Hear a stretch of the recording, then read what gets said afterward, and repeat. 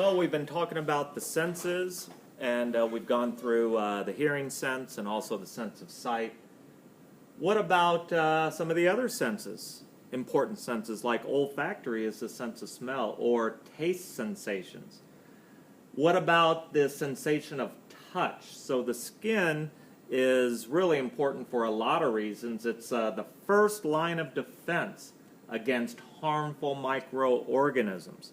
So if you were unfortunate enough to be in a fire, but you were fortunate enough to survive that, it's still going to be a difficult recovery because burn patients are just so susceptible to infection. Infection from harmful microorganisms, bacterial microorganisms, or of course viruses, which have taken up so much of our thoughts and our time and the country's time these days.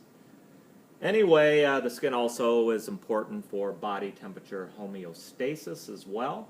So we have the sweat gland. Sweat is going to be released and carry heat off the surface of the skin after it evaporates. Anyway, let's talk about these mechanoreceptors that are important for detecting touch as well as other sensations.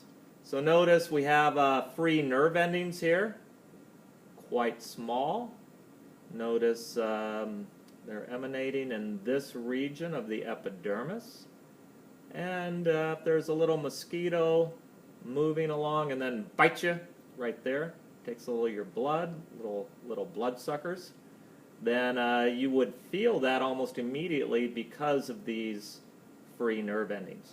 These free nerve endings are also responsible for pain.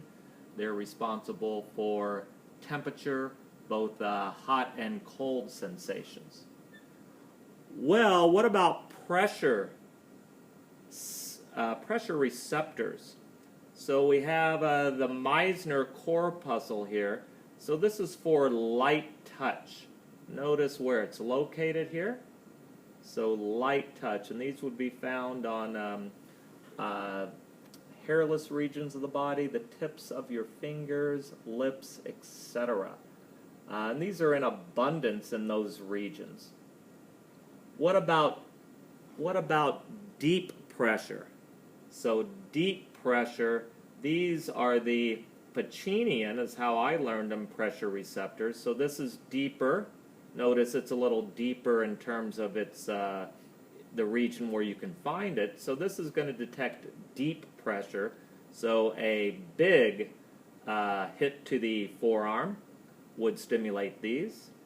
Also, these are found on they're found in tendons, and they give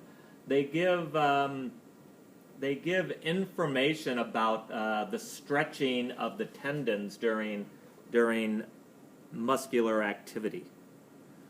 So let's see what else we got. Oh, I want to talk about one more thing. This idea of pain. In your homework, you wrote about referred pain. That would be pain that originates in one part of the body, but your brain thinks it's coming from a different region of the body. So what's going on here? I think a classic example of referred pain would be during a heart attack, as the pain is this would be an example of visceral pain. That visceral pain that's created from those muscular spasms of that heart attack. They would send nerve impulses up the left side of the body. That nerve track that's going from the heart, from that rapid contraction. It's almost as if it's a what am I trying to say here? A muscle cramping, muscle spasm of the heart. So as those receptors are sending nerve impulses up the left side of the body, they are going to join with another set of nerve impulses that come from the left arm. Those two nerve fibers will join and make their way up to the brain.